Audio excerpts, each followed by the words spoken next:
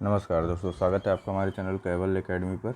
दोस्तों ये वीडियो जो है ये महाराष्ट्र सरकार में वर्तमान संवैधानिक संकट के बारे में है। तो चलिए इसके बारे में विस्तार से देख लेते हैं क्या समस्या है। तो सबसे पहले तो हम देखते हैं अनुच्छेद 164 को। किस आर्टिकल को? तो आर्टिकल 164 को। जिसमें क्या दिया है? तो आर्टिकल 164 के सब क्लास 4 में दिया कि कोई मंत्री जो निरंतर 6 मास यानी 6 माह 6 मंथ की अवधि तक राज्य विधानमंडल का सदस्य नहीं है, वह उस अवधि की समाप्ति पर मंत्री नहीं रहेगा। तो अब इस आर्टिकल का महाराष्ट्र से किस तरह के संबंध है? तो देखिए, महाराष्ट्र में जो है उद्धव ठाकरे जब मुख्यमंत्री बने थे यानी कि 24 नवंबर को, ठीक है, तो वह किसी भी सदन के सदस्य नहीं थे। ना तो वह विधान परिषद और ना ही जो है विधान सभा के, ठीक है। तो ये बने थे कब? ये बने थे हमारे 24 नवंबर को। तो अब आर्टिकल 164 में क्या दिया है? तो आर्टिकल 164 के 4 में दिया है कि 6 माह के अंदर 6 माह के अंदर कि किसी अवधि तक कोई भी मंत्री जो 6 माह की किसी अवधि तक राज्य के विधानमंडल का सदस्य नहीं है, उस अवधि की समाप्ति पर मंत्री नहीं रहेगा।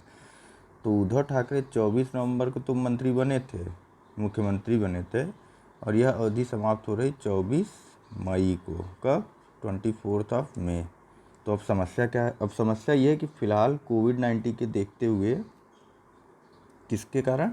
फ़िलहाल के जो है कोविड संक्रमण को देखते हुए जो है इलेक्शन कमीशन ने किसी भी तरह के चुनाव कराने से मना कर दिया है, ठीक है।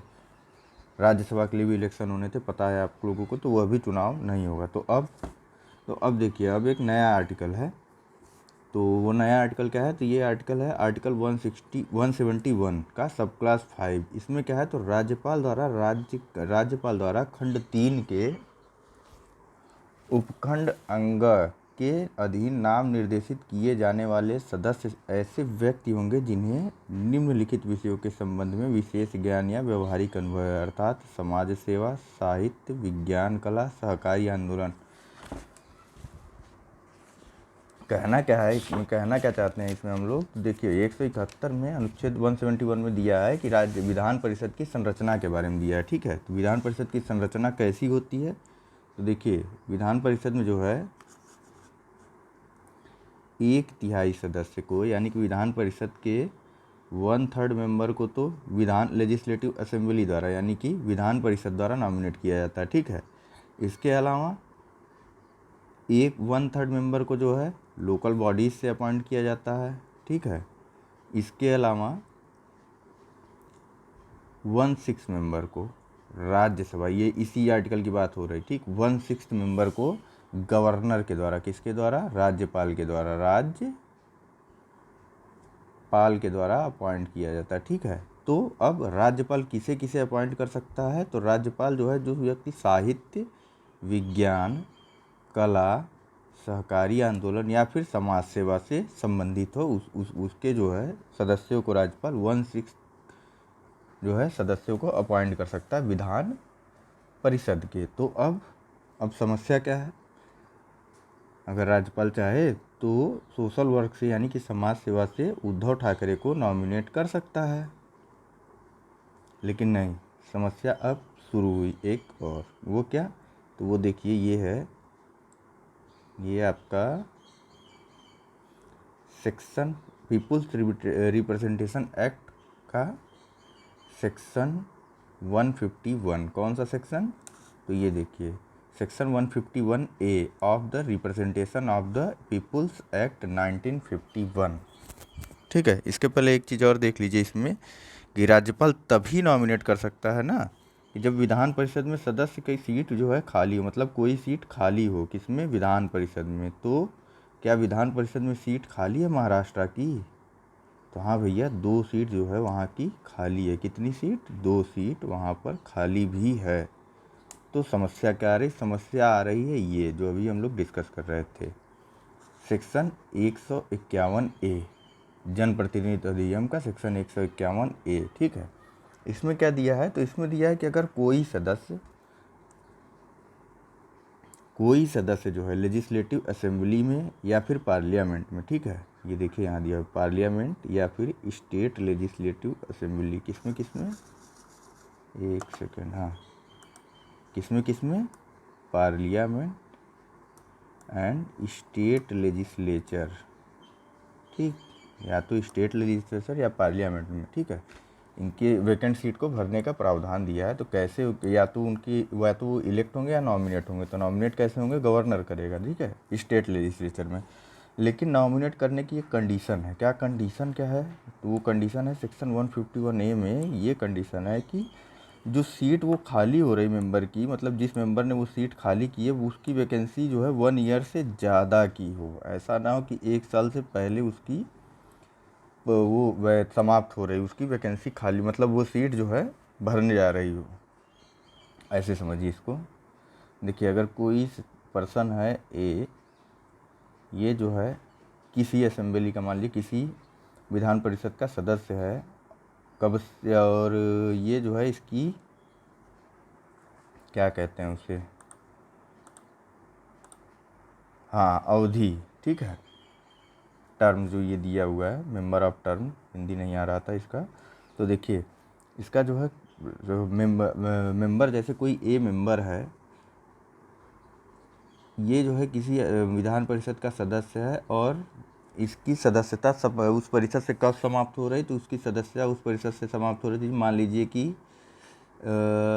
2 जनवरी को, ठीक है, 2 जनवरी 2020 को इसकी सदस्यता जो है समाप्त हो रही थी। लेकिन इसने क्या किया, इस ए भाई साहब ने जो है अपना इस्तीफ़ा दे दिया। कब दिया, तो इन्होंने अपना इस्तीफ़ा दे दिया, मान लीजिए कि जुलाई में, 2 जुलाई को इस्तीफ़ा दे दिया, ठीक है, 2 जुलाई को इस्तीफ़ा दिया। तो अब तो विधान परिषद की सीट तो वो खाली होगी जो ए की थी, लेकिन इस पे किसी का चुनाव नहीं होगा। क्यों नहीं चुनाव होगा, क्योंकि ये जो टर्म बचा हुआ है बाकी का, तो जुलाई से जनवरी तक का ही तो टर्म बचा हुआ है, यह 1 साल का गैप तो है नहीं कि 1 साल के लिए उनकी सीट खाली हो। तो यह टर्म तो कुछ उतना करीब मेरे ख्याल से 4 या 5 महीने का बचा होगा, ये फॉर एग्जांपल है बस एक। तो वैसी ही दिक्कत विधान परिषद में वहाँ महाराष्ट्र विधान परिषद में आ रही है कि उन्होंने जो 2 सीटें वहाँ पे खाली हुई हैं, वहाँ की विधान परिषद की 2 सीटें, तो उनका ऑफिस टर्म जो है, यानी कि पद की अवधि, वो अवधि जो है वो समाप्त होने वाली है, ठीक है, वो 1 साल से कम की बची हुई, उनका ऑफिस टर्म 1 साल से कम का बचा हुआ है। तो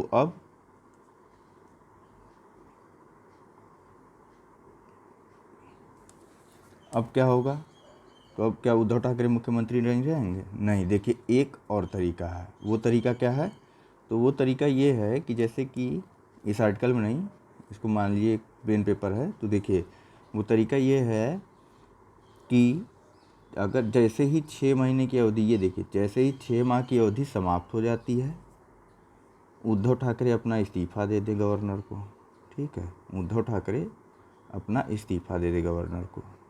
उसके बाद वह जो है फिर से उन्हें, जो वहाँ का महागठबंधन है, वो फिर से उद्धव ठाकरे को चुन ले अपना नेता, और उद्धव ठाकरे दोबारा मंत्री बन जाए। तो क्या ऐसा पॉसिबल है? हाँ, ऐसा बिल्कुल पॉसिबल है। लेकिन समस्या क्या है, अब देखिए, अब हुआ ये था कि पास्ट में भी ऐसा ही हुआ था। एक केस था तेज प्रकाश सिंह का। किसका केस था? कांग्रेस के एक मेंबर थे तेज प्रकाश सिंह, ये महाराष्ट्र से मंत्री थे, ठीक है। तो इनका जो है ऑफिस टर्म समाप्त हो गया था, ये मंत्री नहीं रहे थे। तो इन्होंने क्या किया, इन्होंने भैया अपना इस्तीफ़ा दे दिया गवर्नर को। उसके बाद ये क्या किए, दोबारा से शपथ ले लिए। अब मामला गया हाई कोर्ट, सुप्रीम कोर्ट में। तो सुप्रीम कोर्ट ने 2000 में एक डिसीजन दिया। कब? सन 2000 में एक डिसीजन दिया। क्या डिसीजन दिया था सुप्रीम कोर्ट ने? 2000 नहीं, सॉरी, सुप्रीम कोर्ट ने ये डिसीजन दिया था 2001 में। कब? 2001 में। क्या डिसीजन दिया था कि यह तरीका, तो भैया आप लोग तो संविधान के उपबंधों का, मतलब अनुच्छेद 164 का पूरी तरीके से वायलेशन कर रहे हो। अगर सभी लोग ऐसे ही करते हैं तो 5 साल तक तो ऐसे ही होगा, कोई मंत्री बनेगा वो इस्तीफ़ा देगा, फिर से मंत्री बनेगा, फिर से इस्तीफ़ा देगा, चुनाव की आवश्यकता ही नहीं रह जाएगी। ठीक है, तो अनुच्छेद 164 का कोई मतलब ही नहीं है। ये तरीका पूरी तरीके से अनडेमोक्रेटिक यानी कि अलोकतांत्रिक और अवैध है। तो सुप्रीम कोर्ट के इस डिसीजन का तो तेज प्रकाश के मामले पर कोई प्रभाव नहीं पड़ा, बट अब देखना ये होगा कि उद्धव ठाकरे के मामले में तो इस मामले को पर ये क्या डिसीजन लेते हैं उद्धव जी, क्योंकि अब तो ये डिसीजन आ चुका है। तेज प्रकाश के टाइम में यह डिसीजन काफ़ी बाद में आया था, लेकिन अब यह डिसीजन आ चुका है पहले से ही, तो अब यही देखना है। बाकी इस डिस्कशन में बस इतना ही था दोस्तों। Thank you very much for discussion. और प्लीज़ हमारे चैनल को लाइक, सब्सक्राइब और शेयर ज़रूर करिए। Like, subscribe and share, LSS। Thank you very much for discussion.